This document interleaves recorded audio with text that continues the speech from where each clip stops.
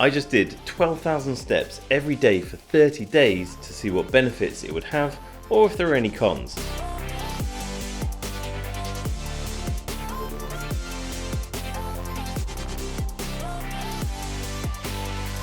Since being in lockdown, my steps per day average has drastically decreased, and I'm pretty sure yours have too. Saying that, even before lockdown, when I was stuck in a cubicle working in an office and relying on public transport, I barely reached 4,000 to 5,000 steps per day anyway. I recently came across an article in GQ magazine titled "How to Get a Superhero Body in 90 Days or Less." The GQ reporter Joel sought the aid of personal trainer to the stars, Harley Pasternak. What I found interesting about this workout was that Joel was given 4 main objectives to complete every single day, and one of those was to complete 12,000 steps a day. The other 3 were to switch off his electronics 1 hour before bed, make sure he gets 7 hours sleep, and eat 4 small meals a day, but for the purposes of this video, I'm ignoring all of those. So after completing this article, I decided to try it out for myself, and even though it does say how to become a superhero in 90 days, I decided to test it out for 30 and see what benefits I get. A little bit of a disclaimer here, if you try this, your results may vary. So day 1 was to take some photos of me looking fat and miserable. Here we are with my fat belly.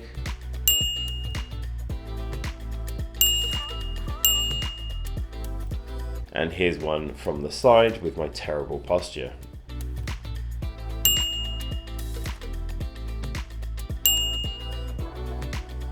After the photos, it's off to the gym. The plan was to hit the gym every morning and listen to an audiobook while I smash out the steps on the treadmill. I managed to do the steps just fine. I hit the 12,000. I mixed it up with a bit of jogging and walking. However, the music was so loud in the gym that I couldn't concentrate on the audiobook.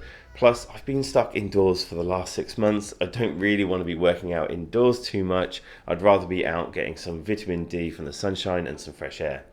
Day 2 came around and things started to fall apart quite quickly. Because I'm working on this 950 challenge, I'm working on the website, I'm working on all sorts of other projects. I was working so much on day 2 that I actually ran out of time to go to the gym.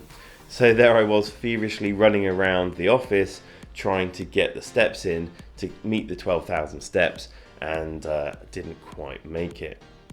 I basically didn't realise how long it actually takes to get the 12,000 steps done, but it was at this point that I realised that my Fitbit Versa does actually register punches as steps as well as steps. So I decided from this point on that I would include shadowboxing in this challenge and call it 12,000 points instead of 12,000 steps. So it's 1 point for a punch and 1 point for a step. As midnight crept in closer and the realization set in that I wasn't going to reach my step count on day 2, I made the decision from then on that I would make maximum effort to get outside, get out of the house, out of the gym, and walk around the neighborhood to get some much needed fresh air and sunshine and get the steps in a little bit earlier.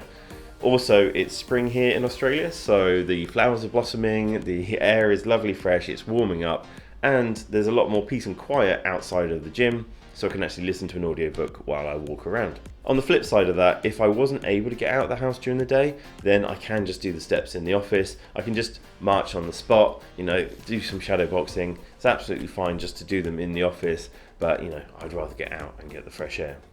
So other than doing the steps and the shadow boxing, so the 12,000 a day, I wasn't doing anything special. I'm currently working on a 100 days to 100 push-ups in a row challenge, and I was doing around 50 push-ups a day to try and build up to that. But other than that, no other gym, no other serious weight training, no other rowing or cycling or anything like that. It was just mostly the walking.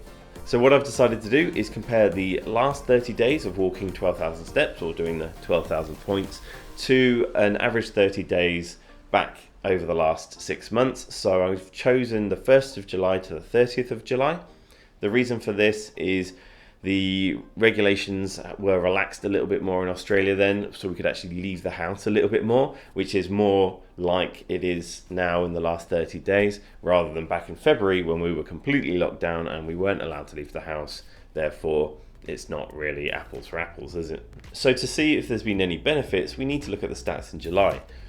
In July, I walked a total of 143,704 steps, with the least on a single day being 820 and the most being 12,745. Over the month, this averages out at 4,790 steps per day. Now, I didn't record the number of calories I ate during this challenge, however the Fitbit does actually record an approximation of how many calories you're burning, so I'll include those statistics here just for comparison.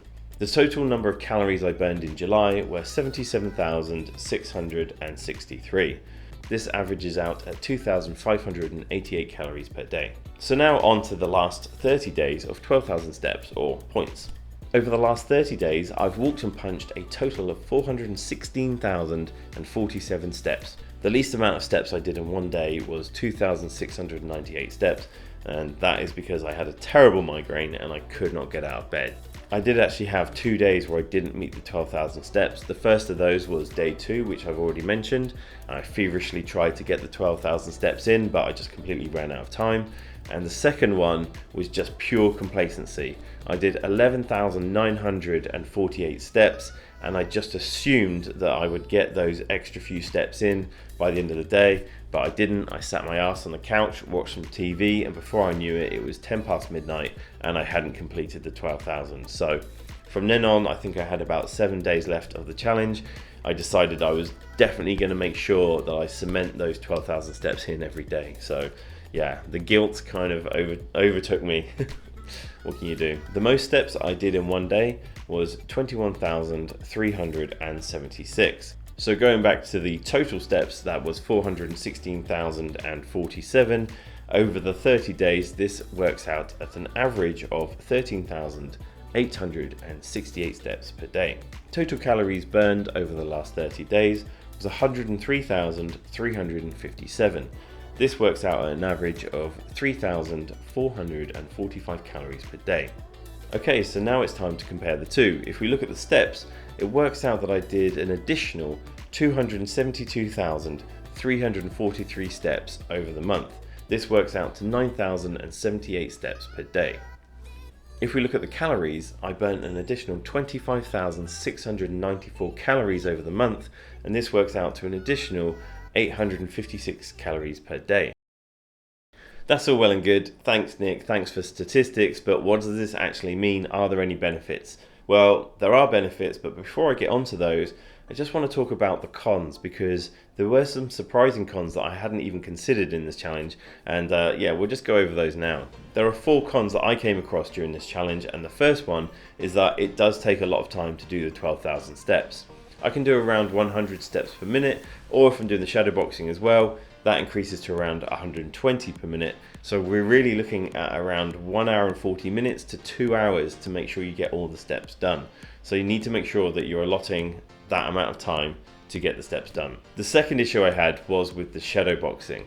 Now, shadow boxing might seem a little bit cheaty, but if you try throwing 6,000 punches, you'll realize that it's a crazy workout for your shoulders. Your heart rate does increase quite significantly, so it is a workout. However, if you're throwing punches into mid-air, you can actually injure yourself, and that's exactly what I did. I pulled some sort of muscle under here in my armpit and underneath my bicep and above my tricep, and now I can't do push-ups. So yeah, that's one thing to consider. Probably leave the punches out and just stick to the steps. The third issue was one that I was very surprised with, and that was my increased appetite and my cravings for snacks. Because you're doing more steps, you're burning more calories, and because you're burning more calories, your body wants more calories in. And I had some mad cravings for snacks, and that is something you need to be aware of, because if you're caving to those cravings, you're probably going to end up putting on more weight than losing weight doing this challenge. So just be aware of that. And the fourth con was quite a surprise as well, and this is don't do the steps too close to bedtime, because if you do them too late in the evening, you'll just wake yourself up and it's going to be very hard to get to sleep. If you're doing the steps between 10 o'clock at night and midnight, you're increasing your heart rate, you're getting your blood pumping, and then you're expecting to go to sleep by midnight, 12:30. It's not going to happen. You're going to need time to relax and calm down. And this happened to me a couple of times.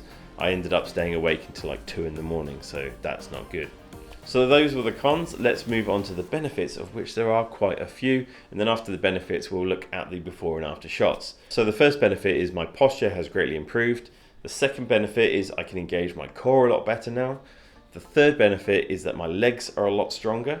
The fourth benefit is that I've lost a little bit of belly fat, so that's good. The fifth benefit was a bit of a surprise, and that was if I just ate a large meal, going for a slow walk and getting some steps in after the meal actually helped me with my digestion. So that was a surprise, and that's something I'm going to be doing going forward. Benefit 6 is more fresh air and sunshine. You get vitamin D from the sun, so that's something that you get from having to go outside and get these steps done. You know, like I say, it's going to take you about 2 hours to do them, so 2 hours of lovely sunshine is going to do you wonders.